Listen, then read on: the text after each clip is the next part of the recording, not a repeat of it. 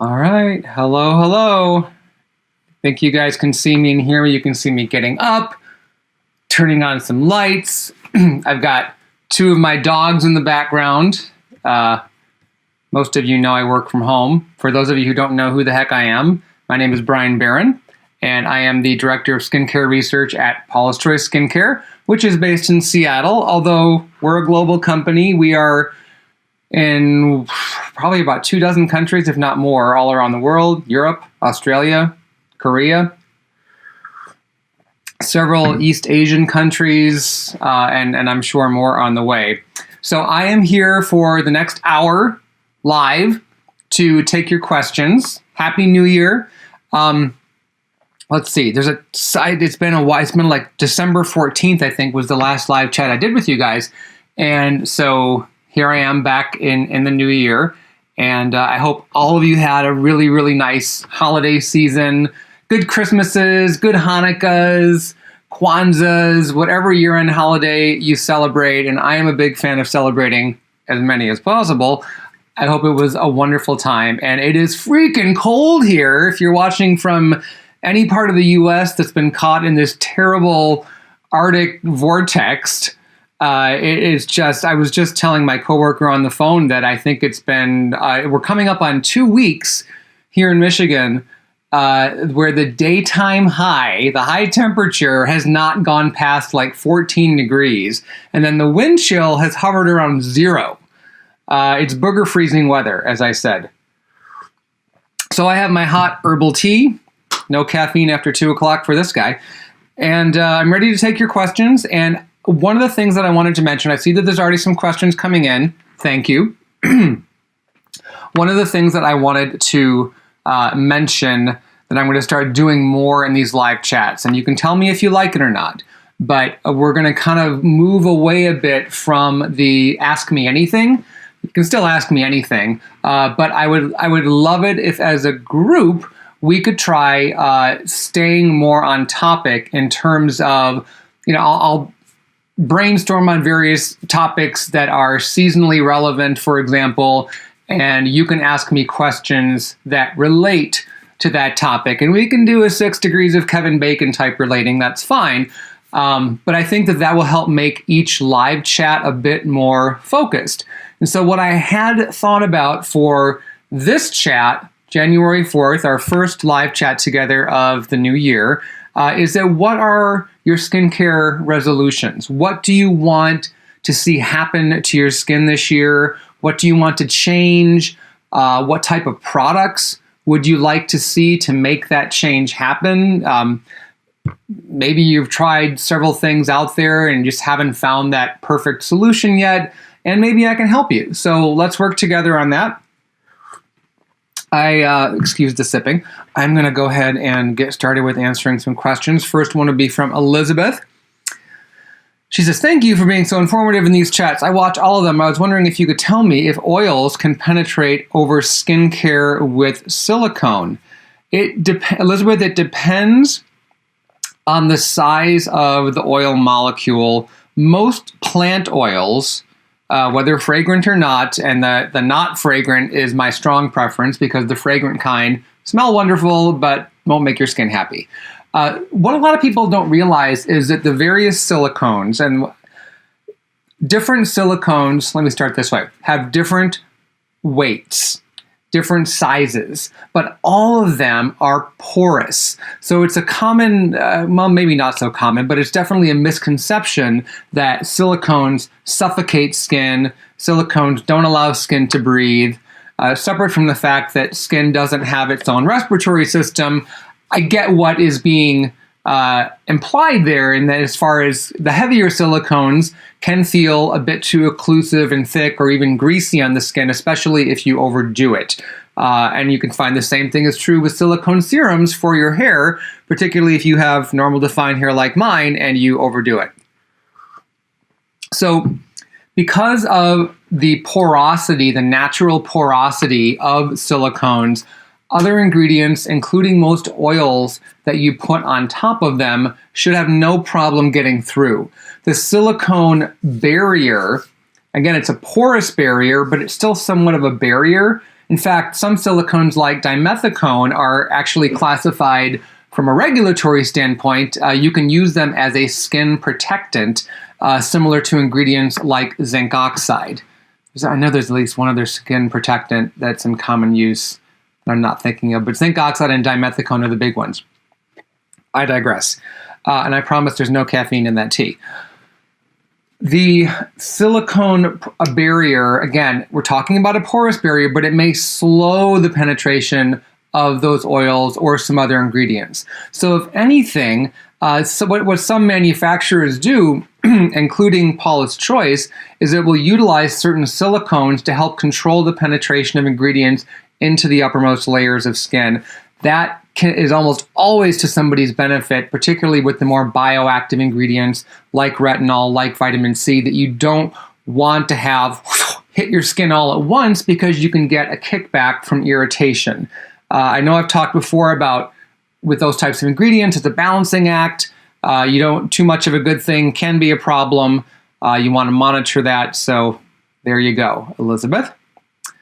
So let's peel off. We can see you. Michelle says, hi, Bryan. Here's the question from, I believe, Sane or Sane. If I got that completely wrong, I apologize. Hi, Bryan. Are peel-off masks bad for skin? The doggies. Oh my gosh, yes, there they are.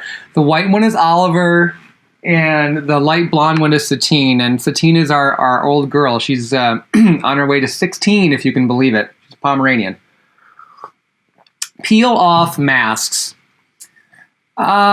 They can be bad for skin. Most of the peel-off masks, what allows them to be peeled off skin, like in one even layer, as opposed to like strips and scrubs, is an ingredient called polyvinyl alcohol, and it's a bad alcohol to a certain degree. It's not in the same league in terms of badness as denatured alcohol or SD alcohol 40. Those are the ones we consistently warn against. It's a plasticizing alcohol. I don't necessarily think that ingredient is all that irritating in and of itself, but the action of peeling that layer off your skin, if you're seeing like your skin come with it, anytime you pull or tug at your skin, it's just not good. It can cause tiny little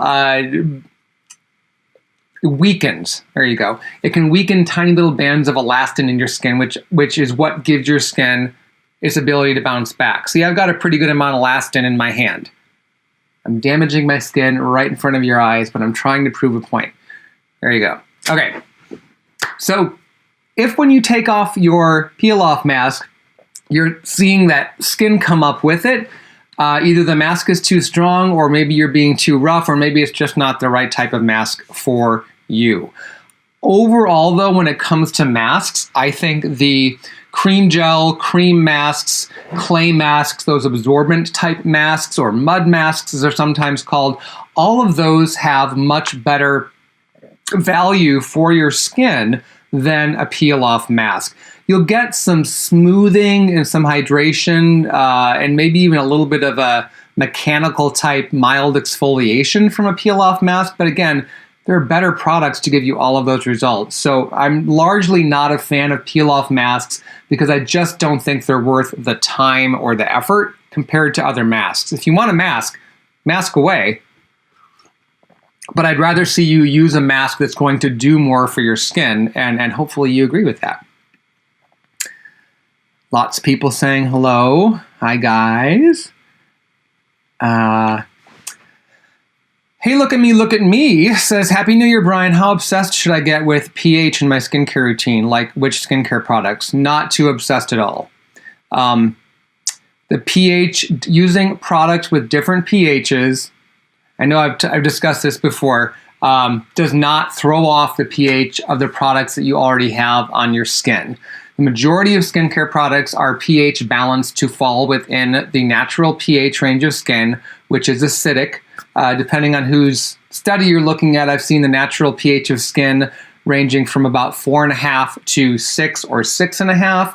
I think it's fair to say that about 5 to 5.5 is a good average pH for our skin surface.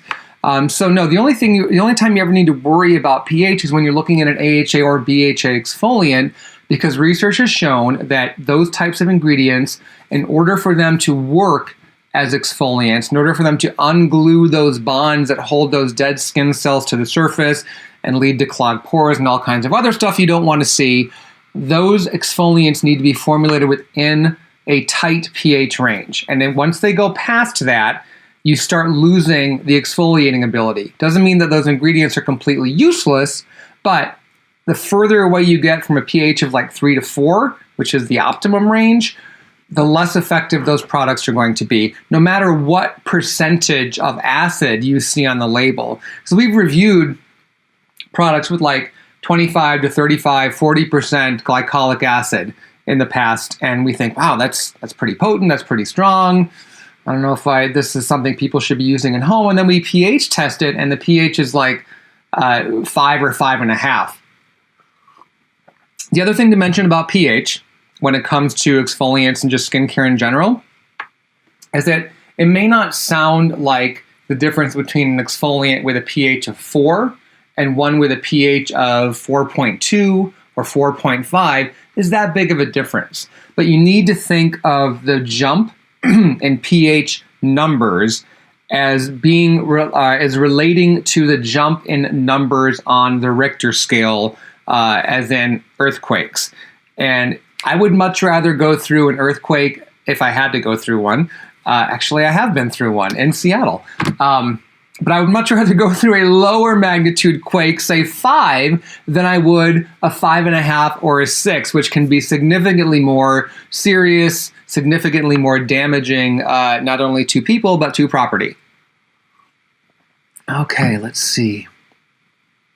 Put my tea right there. Leonie says, hi, Bryan. I was wondering if it's okay to use retinol at the same time as Adapalene, which is the active ingredient in Differin. The original strength of Differin, which I think is 0.1 or 0.01%, I'd have to double check, is now available over the counter. Stronger versions are only available by prescription. So she says, I'm using Differin gel nightly, but I'd like to try out PC's new Ceramide Enriched Moisturizer. Thanks. Do you mean this one? Our new clinical Ceramide Enriched Facial Firming Moisturizer. I love this stuff. This is, for anyone who's wondering, first of all, you'll notice when you get this that we have really upped our game in terms of our packaging. It is, we're always seeking to find the best possible packaging, not only for the integrity of the ingredients in the product, but also user-friendliness. And I think, at least I hope most of you will agree, because we are rolling out a new look for our packaging throughout this year. Surprise! And this is kind of the debut. But I hope that you find that our packaging is looking better and better, in addition to becoming more user-friendly. But this moisturizer, the new clinical Ceramide Enriched Firming Moisturizer, is a fairly... there's a lot going on with it. It has retinol. It has 4 forms of vitamin C that total, I believe, about 7% vitamin C in the product. You're getting a series, I believe 5 of ceramides. Those are not. We are using we're using the expensive type of ceramides. They are synthetic lab-engineered ceramides, and that is a good thing because they are actually more biocompatible with your skin, and you will see even greater effectiveness compared to, say, a plant ceramide, which can be great for the plant, but your skin doesn't readily recognize a plant ceramide the way it can a synthetic ceramide. And those ingredients come at a price, and we're giving you a lot of them in this product. Anyway, it is a more potent product from a treatment point of view, along with that hydration. So I would experiment. It isn't that you can't, but whenever we're talking about doubling up on retinoid ingredients, whether over the counter or prescription, you always want to pay attention to how your skin responds and then adjust frequency of use or consider discontinuing one or the other product. Another option, and you may want to try this, is to put the Differin on in the morning and then proceed with the rest of your skincare routine, finish with sunscreen, makeup if you wear it, And then at night, you'd use the moisturizer. So you're getting that prescription retinoid during the day, the Adapalene, and then you're getting your retinol plus your other bioactive ingredients at night. Okay. The new Ceramide products, there are two. What is the other one, please? There will be an eye cream. There's a bit of a delay on that. We had to go back to the drawing board ever so slightly, but we are actively working on that, and we hope to have it out for you within the next 3 to 4 months. Don't quote me on that because it's not official yet, but there will be a partner eye cream to this moisturizer, and yes, it is fantastic. And it is a different texture than our eye gel or our original Resist Anti-Aging Eye Cream. So I think, just as a bit of a sneak preview for those of you who have tried the eye cream and have tried the gel, I think you'll find the Ceramide eye cream is going to be kind of right in the middle of those two textures. So if that's what you're looking for, I think you're really going to like it. Sarah says, hi, Bryan. First of all, thank you so much for everything. My question is, how should I adjust my skincare routine on days that I swim? One of the things I like doing when I swim, and these days I normally do that with my little guy, with my son, when I take him to swim lessons, but I'm the one that's always in the pool with him. My husband refuses, which is fine, not his thing. It's an indoor pool, so what I do is I put silicone serum, like our original dark blue tube Resist Super Antioxidant Concentrate serum. I'll put that all over my face, and then I'll put another serum or a body lotion that has some silicone in it from the neck down. And what I find that does, again, we were talking earlier about silicone creating a porous barrier. The other thing about silicones is that they are relatively impervious to rinse off from water.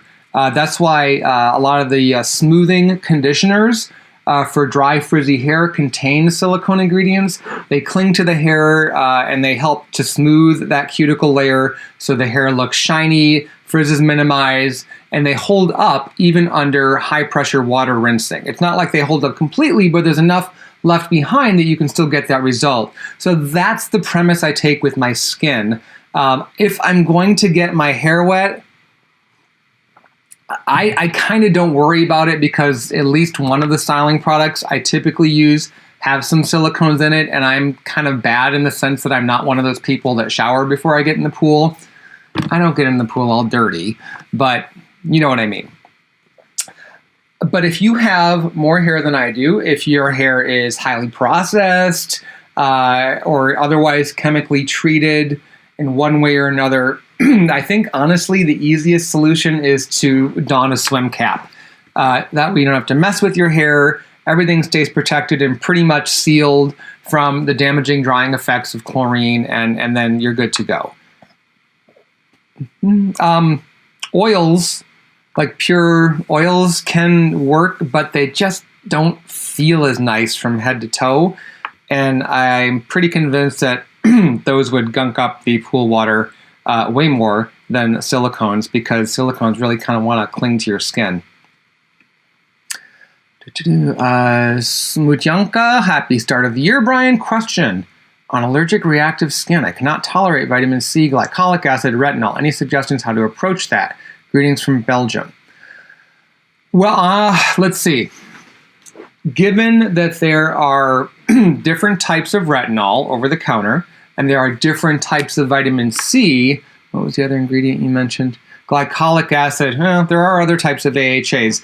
I want to know how much you've experimented with variations on those ingredients, or if it's to the point where you're like, you know what, I don't even want to try that anymore because every time I try something with any form of those ingredients, sends my skin into a tailspin. The good news is that those specific ingredients called out they're great, but they're not the end-all be-all of skincare, so there are alternatives you can take a look at. And probably leading the pack, that two that come to mind right away are niacinamide, which is a vitamin B3, and any of the various peptides. I think there's a ton of peptides out there that can have some really remarkable anti-aging benefits for skin. Everything from calming skin, hydrating, helping skin hold on to moisture better, improving skin tone, brightening, all of that good stuff that can address all of that stuff that makes us look older. So I would look at those two. Keep your routine as gentle as possible. Make sure all of your products, or at least almost all of them, are fragrance-free. Anytime you have sensitive, allergic-prone, reactive skin, fragrance is the number one provoker of those. So I know it can be, it isn't, I admit, fragranced products, there is that olfactory element to using them that can be very pleasant. And again, like I said earlier, it makes your nose happy, but it isn't necessarily making your skin happy. So if it helps, find a really good scented candle or an essential oil type blend that you can burn in a diffuser in your bathroom, and get that going a few minutes before you start your skincare routine, so that when you're in there going through the steps with your fragrance-free products, your nose is still getting that beautiful olfactory hit that makes the entire ritual, and I think that's a positive word, of going through your skincare routine that much better without damaging your skin from the fragrance. Wow, lots of questions. You guys are active today. Stephanie says, does what we eat, drink affect our skin and cause breakouts? Yes. Can good skincare trump bad diet? Only to an extent. I noticed that my skin has been breaking out during holiday season when my diet hasn't been so great. Me too. I went on, I kind of just said all bets are off. Maybe you can't see it as well. I got some breakouts down here that I have been actively treating, and they're almost gone. But I am right with you. I kind of went off the healthy eating bandwagon during my little holiday break, and you've got neighbors coming to the door with cookies and cakes and snacks. It was also my birthday. My husband made me the most amazing carrot cake bread pudding. Talk about a food coma. But yeah, when we take in too much sugar, when we take in too much refined carbohydrates, and if you're like me at that festive time of year, you take the holiday cheer part literally, and maybe you're having an extra glass of wine, an extra beer, a little bit of scotch, whatever adult beverage you enjoy, chances are you're being a little bit more cavalier about how much you imbibe during those festive times, because it's fun. Keep it under control. Don't drink and drive. But all of that can play havoc with your skin. The other factor is that oftentimes when we engage in such activities, we tend to get lazy about upkeep for our skin. So maybe we go to bed with our makeup on. Maybe we're not going through our entire skincare routine every night because we're just so exhausted by the time it's ready to hit the hay, because we've had so much bad food that we just feel, I like the word logy, just when you're just like, oh, I can't move. Anyway, yes, all of that can impact your skin. In terms of breaking out, though, I also wanted to mention two more things. It is a myth that unhealthy foods like fried foods, so like French fries and chocolate, directly cause acne. That has never been proven per se. But what can play a role are certain nutrients that you may be sensitive to, such as iodine. And a surprising one for a lot of people is dairy.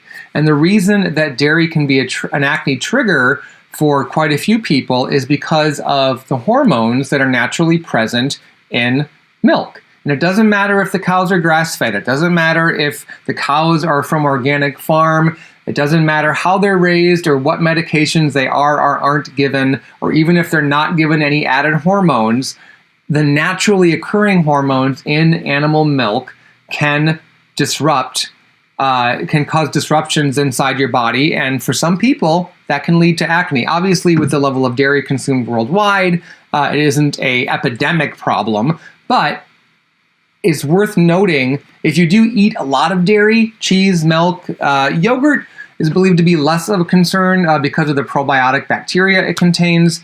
But it's worth experimenting with and reducing or cutting out dairy and seeing how your skin fares after. Give it about a month or so. Don't just do it for a week and say, oh, I'm still breaking out. It must not be the dairy. You need to give it some time. And about 4 weeks is good that's a good gauge. Super Aquid says, I'm butchering these names today. Is it normal for tretinoin, which is the active ingredient in Retin-A or Renova, or available generically, to cause closed comedones? I wouldn't say it's normal, but it can happen.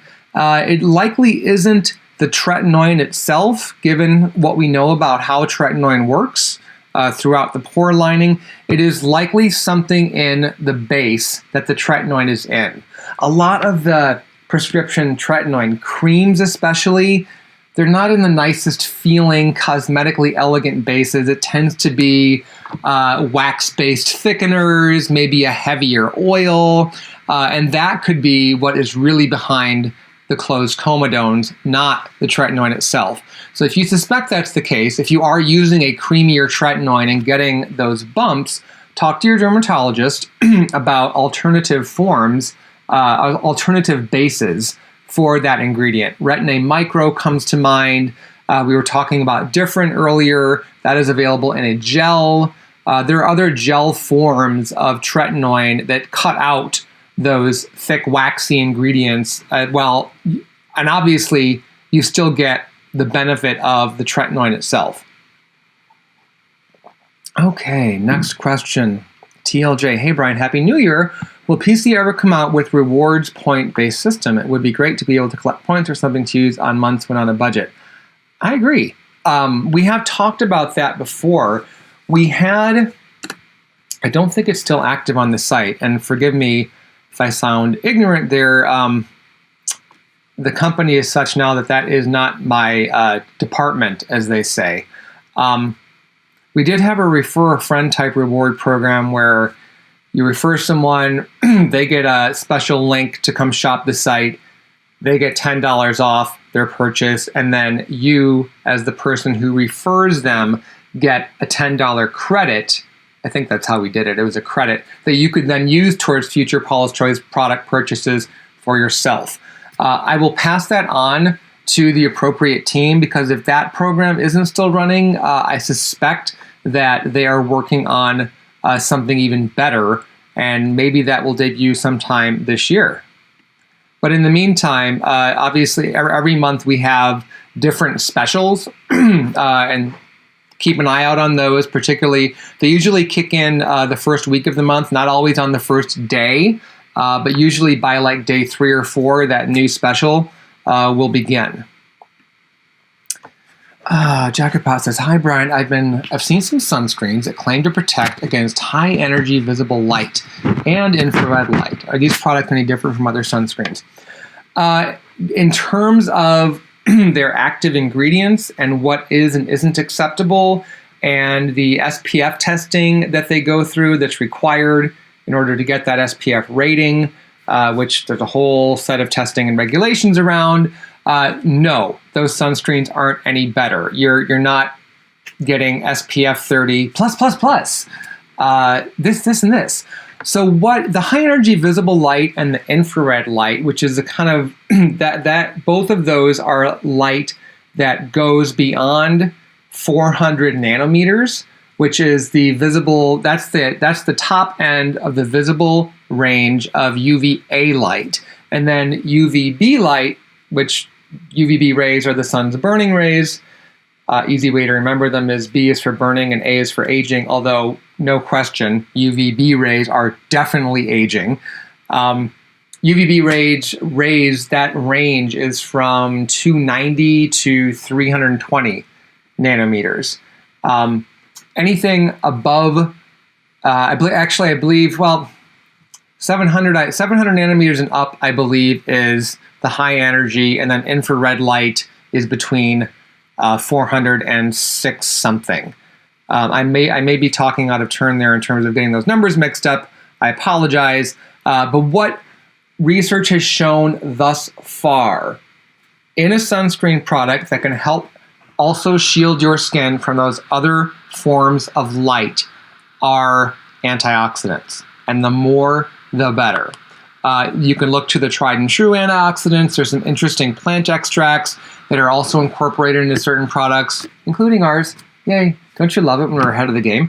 That go that extra mile to help shield your skin. What the theory is that what's happening when those other energy forms, those other wavelengths of light hit your skin, is that they behave in a different manner than UVA and UVB light. We know very well what those can do to skin over time.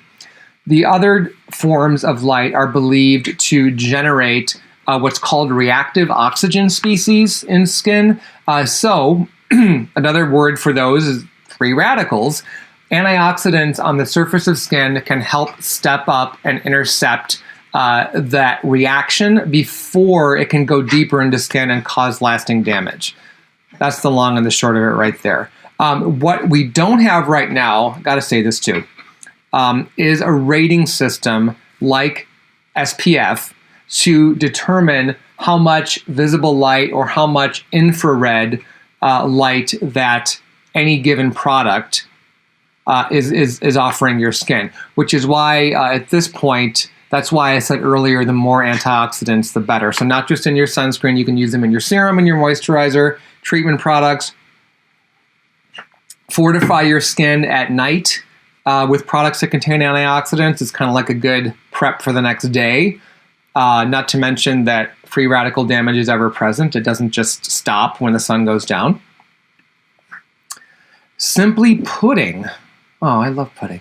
Do you have any tips on the topic of shaving? I have very coarse facial hair and I have issues with skin irritation.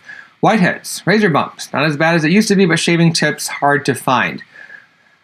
I can definitely spout some off. I struggle with that to some point myself. I use our PC for Men shave cream. I also like, sometimes I'll switch to a shaving gel, and I like the fragrance-free options from Aveeno, whether it's their main line or their men's line, it's the same stuff. Or there is a fragrance-free shave gel, I think it's called M-Shave, that I've used in the past from Clinique, and Everyman Jack, which you can get, I see it most often at Target stores. Those are all, I like all of those brands, and of course Paula's Choice is in that mix because they're all gentle and fragrance-free, and so many men's shaving products are just perfumed to the hilt. It's ridiculous. You really shouldn't smell your shaving cream on your face when you're done shaving. So, basic tips, change your razor often. If you are using a 5-blade razor, which is very common these days, try switching or stepping down to a 3-blade razor. That's what I use. I find that when I try the 5-blade razors, which I do from time to time, because often when you buy the 3-blade sets, they sneak a 5-blade one in there because they want to get you to use it because they cost more. I think those 5-blades, they usually tear up my face, particularly my neck. So I try to stay away from them unless I use them very gently. Shave in the direction of the way that the hair grows. Generally, that means on the face, you're going to be shaving in downward strokes, short downward strokes. Rinse your blade often. If you're only rinsing your blade 2 or 3 times during the shaving process, that absolutely can lead to missed areas, and it'll cause you to go over the same areas again and again and again, which increases the likelihood of irritation and bumps and redness. On your neck, if you look at a close-up of a man's neck and the way whiskers on the neck typically grow, they typically grow up and down and sometimes sideways. And if you have curly hair, the whisker can actually like curve around and dig into the skin, which leads to a specific type of bump that we don't need to get into right now. But all of that is to say that when you are shaving your neck, the general recommendation is to use up and down strokes so that you're getting the hairs that grow in both directions. Rinse well. I would highly recommend applying a liquid salicylic acid exfoliant type product afterwards. We have one in our men's line called PC for Men Soothe and Smooth. Super gentle. It's not your father's aftershave. It's alcohol-free, fragrance-free, and it does contain 2% salicylic acid. And if you're sitting there thinking, well, wait a minute, isn't shaving a form of exfoliation? It is, in a rough sense, but yes, it is. Why I advise using that type of product after shaving, particularly if you've got bumps and redness, is that salicylic acid is so calming. It can really help to normalize those visible signs of shaving damage, and I think you should make it a part of your routine in one way or another. If you need something that is more hydrating than Soothe and Smooth, you could look to our Skin Perfecting 2% BHA lotion, or if you like the idea of like a liquid that you just kind of pour and splash onto your face, the best-selling worldwide Skin Perfecting 2% BHA liquid would be an option. Okay. Rafia says, I have melasma-like pigmentation and acne marks and open pores. Need skincare routine, please. Oh, Rafia. That is a tricky set of problems.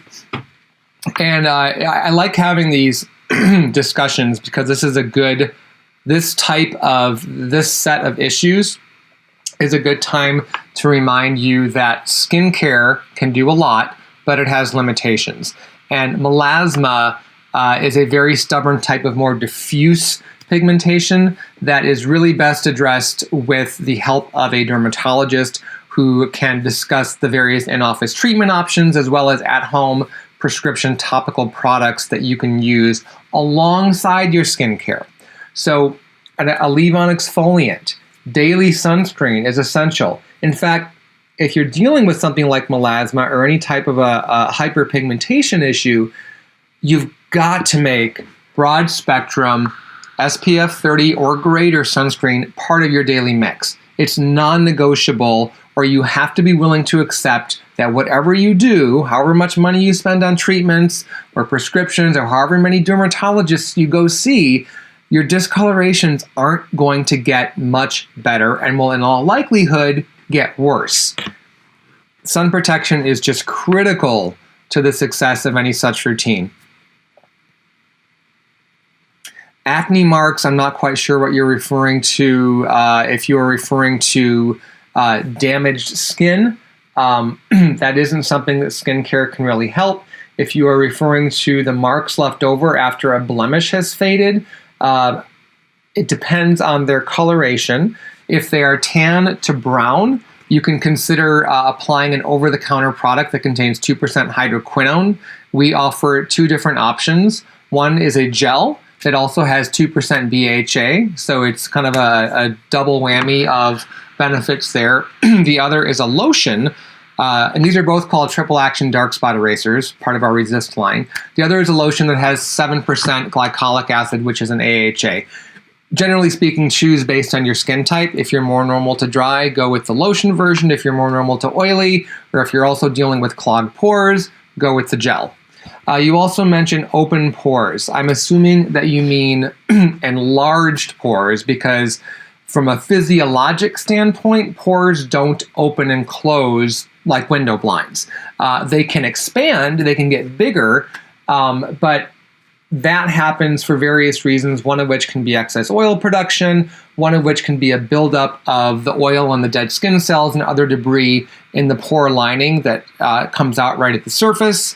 And then sun damage. Sun damage can absolutely, over time, because the sun damage causes the supportive elements of skin, which help keep it smooth and buoyant, because it slowly destroys those over time. It can lead to the pores becoming larger, particularly over the higher points of the face through here and your nose. Think about the sun hitting your face. It's going to hit those peaks first and most intense, not going to hit down here as well or as thoroughly, although you're getting bounce back from the ground. So don't take that as a only put sunscreen here type recommendation. Goes all over. I think you could get a lot of mileage for the acne marks and for the enlarged pores by using a toner or that contains niacinamide, or a booster product that contains a higher amount of niacinamide. So our Resist 10% niacinamide booster can help a lot. I mentioned the hydroquinone products. You'll want to use a gentle cleanser. You'll want to take a look at our sun protection products and find one that is right for your skin type. That might take some experimenting because we want you to want to wear your sunscreen, meaning we want you to look forward to putting it on and not view daily sun protection as a chore. So you may need to try more than one of those. And we have a great 60-day return policy. And then just recapping there, Rafia, you want to make sure, I would, for the melasma, that will need professional attention just to really get that under control. So don't put that off for too long. But there's no reason you can't start the gentle skincare using what I mentioned right away. Isabird says, or asks, assuming both are well formulated, is a vitamin C serum equally effective than a vitamin C lotion? Well, it can depend on how much vitamin C they contain. But for the sake of this discussion, let's assume they both contain the same amount. Let's also assume they both contain the same form. There are multiple forms of vitamin C. The other factor that can influence effectiveness is the lotion or the serum. Either one could have a different mix of ingredients that help the vitamin C get a bit further into skin than it would if a different ingredient mix was chosen. So all of those things need to be taken into consideration. But generally speaking, a serum is designed to be a bit more potent and to penetrate a bit further into the uppermost layers of skin compared to a lotion. Most of what you're going to see in a lotion is designed to remain on the surface and just slightly below it. And that's by design because you want those moisturizer ingredients to stay close to and right on the surface, or they're not going to work to prevent moisture loss, such as can occur from this very dry, cold Michigan environment that we're in right now. So go with a serum, I would say, if I had to pick. But there's no reason you couldn't experiment with both and see what you like better, or you can alternate between the two. People saying they've missed me. Oh, it's nice to be missed. Thank you. Anonymum 2012. Oh my God, I've indulged so much over the holidays and my skin looks like pepperoni pizza. I have a birthday this month and I need to clear up my skin in time to overdo it again. What should I do? Well, try to learn a little bit from your December overindulgence, and maybe because this is your birthday, unless you're one of those people that go around and say, it's my birthday month, which, you know, good on you if you do. Boy.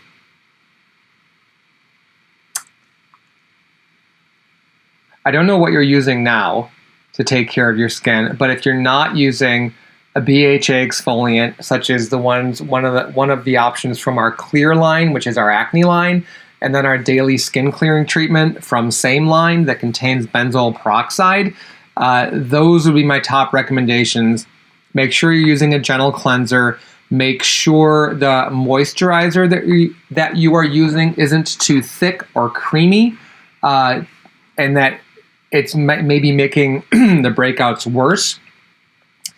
If you are using that type of moisturizer because it's cold and dry and your skin just feels drier or dehydrated, I get it. But in order to get the breakouts under control, we need to rethink that. And what that typically will mean is rather than use one heavy-duty moisturizer, you're going to use 2, maybe even 3, depending on your routine, lighter weight products that you then layer. That will get your skin to the moisture level that needs to be to feel comfortable and be smooth and supple, but it will severely minimize the risk of making the breakouts worse.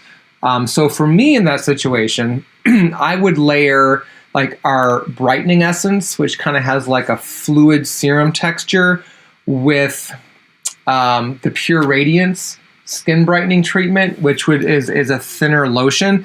Kind of comes out looking a little thick, but then when you put it on, and actually in between that, I would probably layer, especially at this time of year being so cold, I'd layer the Resist Hyaluronic Acid Booster, which is a gel. And I've got something similar on right now, and I don't feel my skin feels soft and smooth, but it doesn't feel greasy. And I have combination skin, and I still break out every now and then. So I'm right there with you. Bria X says this year I'd like my acne scars to really lighten.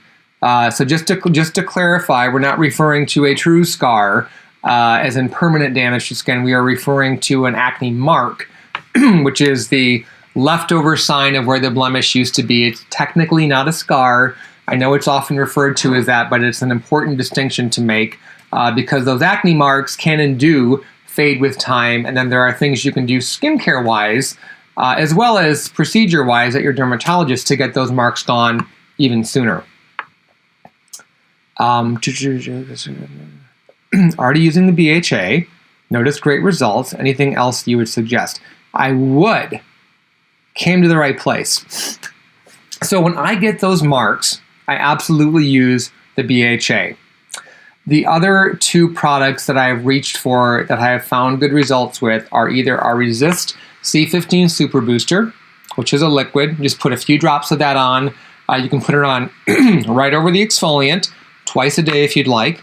And or we have a Resist Vitamin C Spot Treatment, which contains 25% vitamin C. That has more of a silky paste-like consistency. And don't let that paste thing, it's more about how it looks versus how it feels. It doesn't feel pasty on skin. It actually feels very silky. And you can just dab that right on the spot. It's great around the eyes as well, like orbital bone here where you start seeing those lines radiating. Thank you, 40s. That's what I do, and then I also finish with sunscreen. You knew I was going to say that. Every day. Reason sunscreen is so important is because cumulative sun damage hurts your skin's ability to get better on its own. It wants to. It really does. And we would, if just wearing sunscreen every day, it's one of the most wonderful things about it isn't just like, oh, I'm not going to get a sunburn, or oh, I'm not going to get wrinkles this soon. It just allows your skin to get back to its healthiest state because sun damage, even just that visible light damage, does so much to keep skin from being at its best. It's really shocking, actually. Angie says, what is your opinion on castor oil? Claims are that it can help an irritated scalp and encourage hair and eyelash growth. Those claims are completely bogus. I've seen them before. They come and go over the years. Sometimes a new oil gets thrown into the mix. There is nothing inherently special about castor oil for any of those concerns. Honestly, it's a waste of time. Let's see, what else? If your scalp is irritated and you're not dealing with classic dandruff, which is most people can get that under control by using over-the-counter anti-dandruff shampoos, but your scalp actually might be irritated from fragranced hair care products. I know, good luck finding a great fragrance-free hair care product, particularly styling products. It's relatively easy to find fragrance-free shampoo or even a conditioner. They're out there. Not nearly as common as the fragrance type, but they're not too hard to find. Fragrance styling products, on the other hand, are tricky. So particularly if you're using a highly scented hairspray, aerosol or non, because it's difficult to keep some, if not all, of the hairspray ingredients from getting on your scalp when you use them. Like if you're putting on a styling cream or a gel, you can kind of start further back and take greater care to not get it on the scalp. It's harder to do that with spray products. So take a look at what you're using, and if it's strongly fragranced, a great example of a strongly fragranced hair care line, Clairol Herbal Essences. Hoo boy, you can smell that stuff a mile away. And the Aussie line. Oh my lord. That purple flower may make your nose happy, but it's sending your scalp into a tailspin. Okay. For encouraging hair and eyelash growth, hair growth, the number one option, and it can be used by women, is minoxidil. That is the active ingredient in Rogaine, which is available over the counter. Paula herself uses that with much success. And for eyelash growth, you'll want to look to a product like Prescription Latisse. Those are tried and true, proven, safety tested. Not to say that they don't have potential side effects that you'll want to read up on, and any concerns you can bring up with your healthcare provider and before you start using them. But I would much rather see you go down that road than get caught up in the nonsense around castor oil or any other exotic ingredient that's being touted as a miracle cure for those types of concerns. Because the internet is full of them. You will have no trouble finding such stuff. But really, if they worked, and if it was really that easy, because castor oil is not hard to find, nobody would have those issues. I mean, if you could cure it or fix it that quickly, why wouldn't you? Okay. Sarah says, hi, Bryan. Stay warm. I'm doing my best. How do I prep for wind? I go to University of Maryland, a huge campus, and I'll have to walk outside in the winter for extended periods of time to get to class. Scarf, absolutely. You might look like a, what's the word I'm looking for?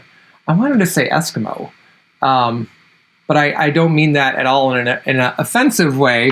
You just want to bundle up and cover as much of your skin as possible.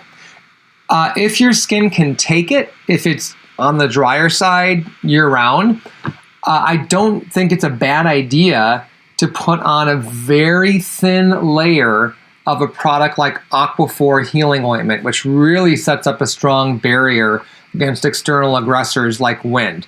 Doesn't provide any sun protection, you still need your sunscreen, but you could put on a really thin layer of Aquaphor, particularly on the cheeks, and then follow up with a moisturizing sunscreen or a tinted moisturizer with sunscreen that you're going to apply evenly. And that should help. The facial oils that are out there, most of them are fragranced. We make a blend, facial oil blend, that is not fragranced. You could go to a health food store, Whole Foods type place, and look for single oils like evening primrose or jojoba or grapeseed, and put a few drops of that into your moisturizer and apply that to your face, including around the eyes, and then follow with your sunscreen. You don't want to mix oils of any kind with your sunscreen because that could hinder its effectiveness. Those would be my best tips, really, to try to get through that with as minimal harm to your skin as possible. Carlene says, can lotions and creams help prevent stretch marks during pregnancy or increase the likelihood? Do oils work better than creams, and when to start? I'm 4 months along and barely showing. So, Carlene, there's no harm in using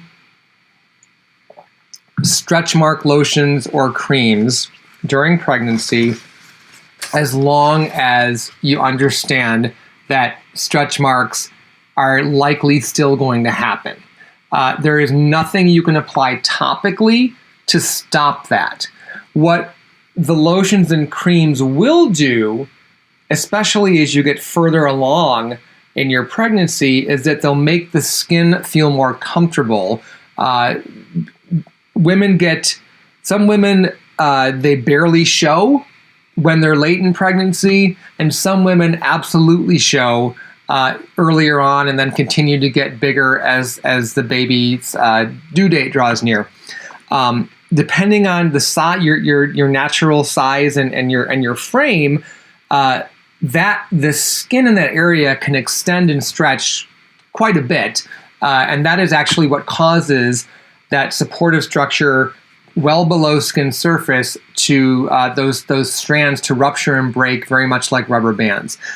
You can't stop that from happening, but by applying lotions and creams, you can make that area feel more comfortable as you go through your pregnancy. Because as you can imagine, as that skin stretches, it starts to feel too tight. It can start to get itchy. So you need to put something there, but just bear in mind that whether it contains an exotic plant, whether it contains Tahitian noni flower, whether it contains cocoa butter, it won't stop stretch marks.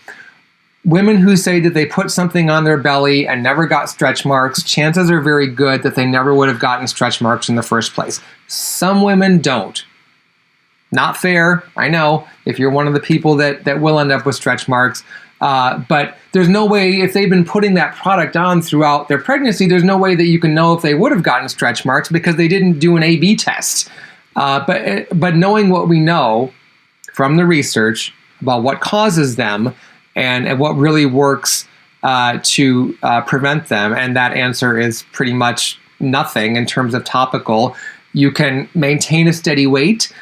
You cannot get pregnant, but that latter option, if you want to have kids, well, that's not going to sit well.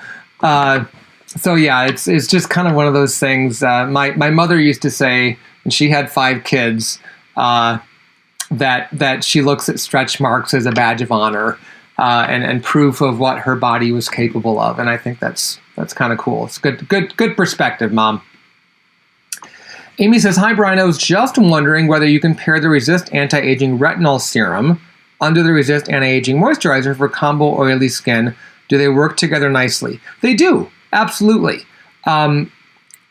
Some people might find that combination of retinol is a little too much for them, but it's an individual response. It's not, I wouldn't caution somebody against doing that. It's a matter of paying attention to how your skin responds. Texture-wise, I think those products work really nicely together, and I would recommend putting the Resist Barrier Repair Moisturizer on first, and then follow with the serum, and then if you use an eye area product, you can apply it at that time at night, and see how that works for you. Okay, let's take a few more questions here. Salwa says, my skin can't tolerate BHAs or something I can use as a substitute. Yes, AHAs.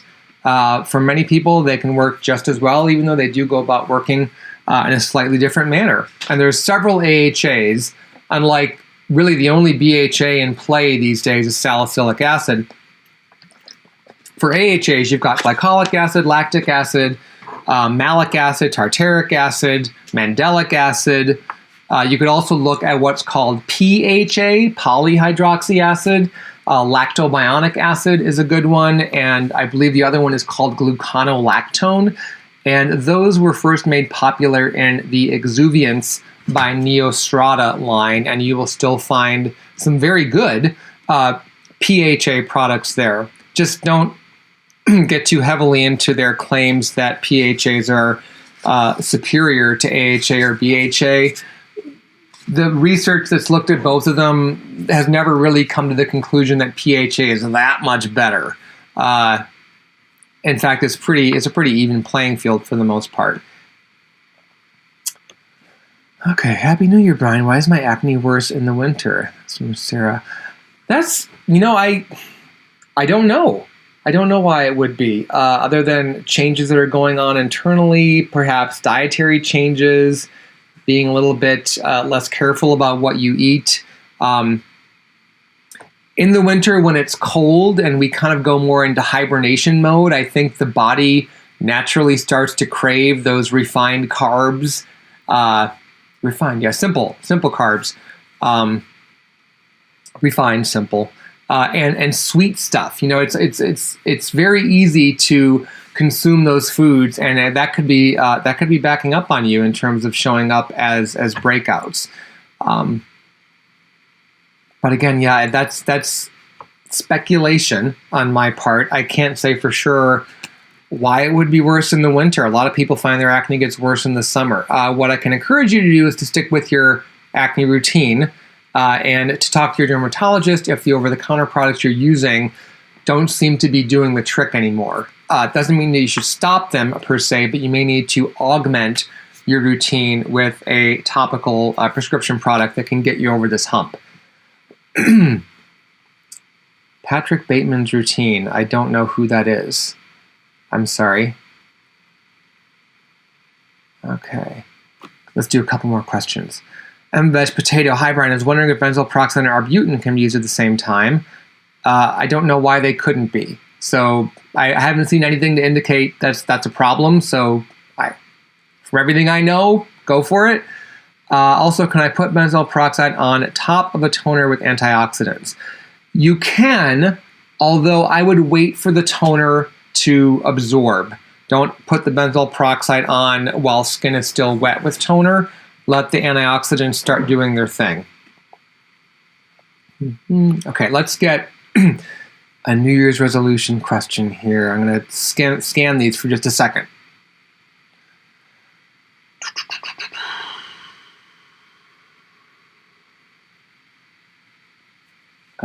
Amy, real quick on your question about sheet masks, check what the team at Beautypedia says about sheet masks. I think there's 2 or 3. I want to say the one from Simple that we do recommend if you want to try that type of mask. But oh my gosh, so many of them are just over-fragranced and a waste of time, and they could potentially irritate your skin. It's over-cleansing bed. Right.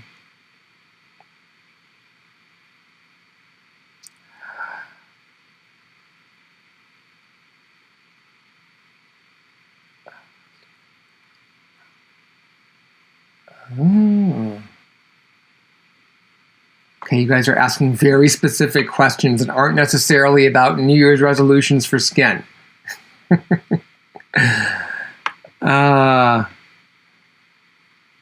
Joe 6 Cindy wants to know why the salicylic acid gel is so greasy sticky. Can you please consider reformulating it to do away with these effects?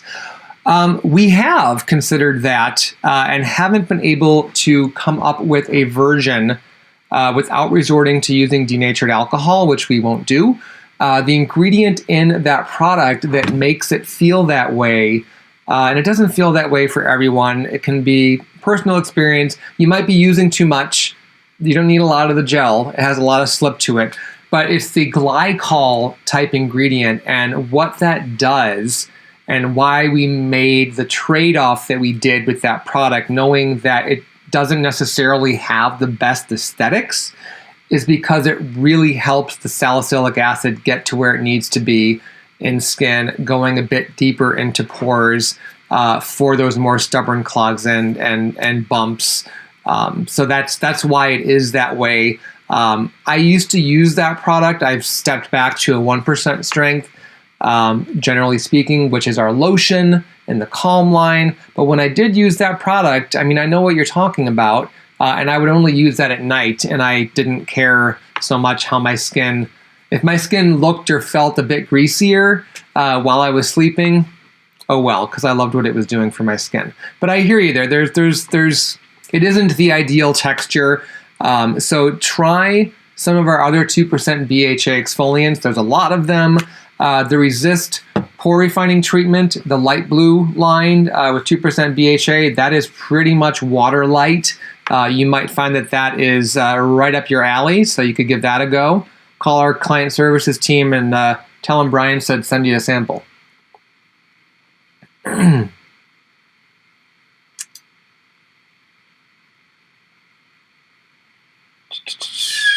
Okay, we'll do one more question.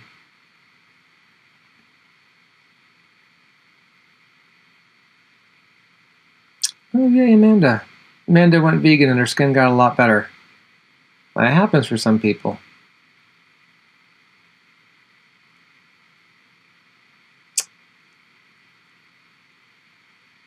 Okay, got that one.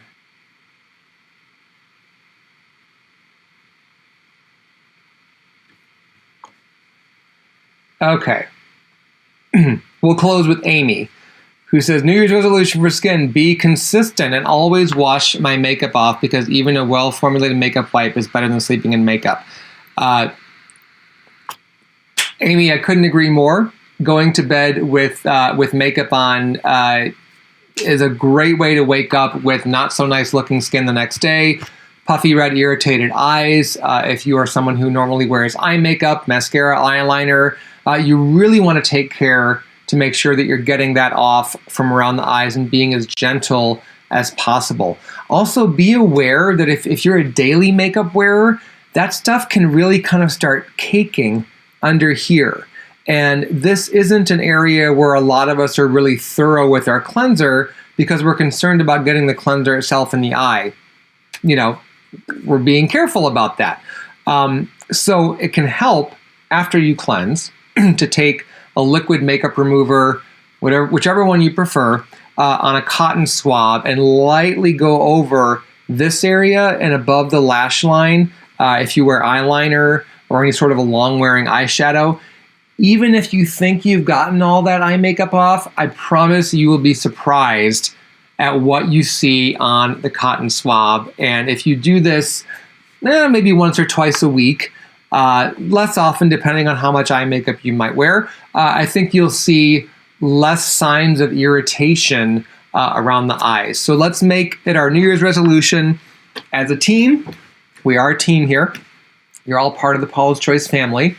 And I don't mean that as a platitude. It's, I'm sincere about it. Let's all be better about taking even better care of our skin, including removing as much makeup as possible before going to bed, even when we're tired. If it's last-ditch effort, keep a makeup removing wipes on your bedside table. If nothing else, it's a reminder or a coaster.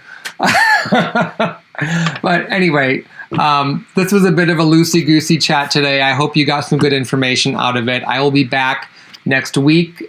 We are looking to keep these going on the regular, and we are shooting for doing these every Thursday. Same bat time, same bat channel, so about 2 o'clock Eastern time, 11 o'clock Pacific time. Come back and ask me your questions. Leave questions below. I do check back on these chats, probably not as often as I should, but I do check back eventually, and I will try to get to as many of your questions as I can. So thank you so much for watching. Thank you for sticking with Paula's Choice through 2018 and to date. And we've got a lot of cool stuff in store for you this year that I'm excited to be talking to you about and excited to keep helping you have the best skin of your life and to really help epitomize what Paula's Choice stands for, which is truth and beauty. We won't steer you wrong. Take care.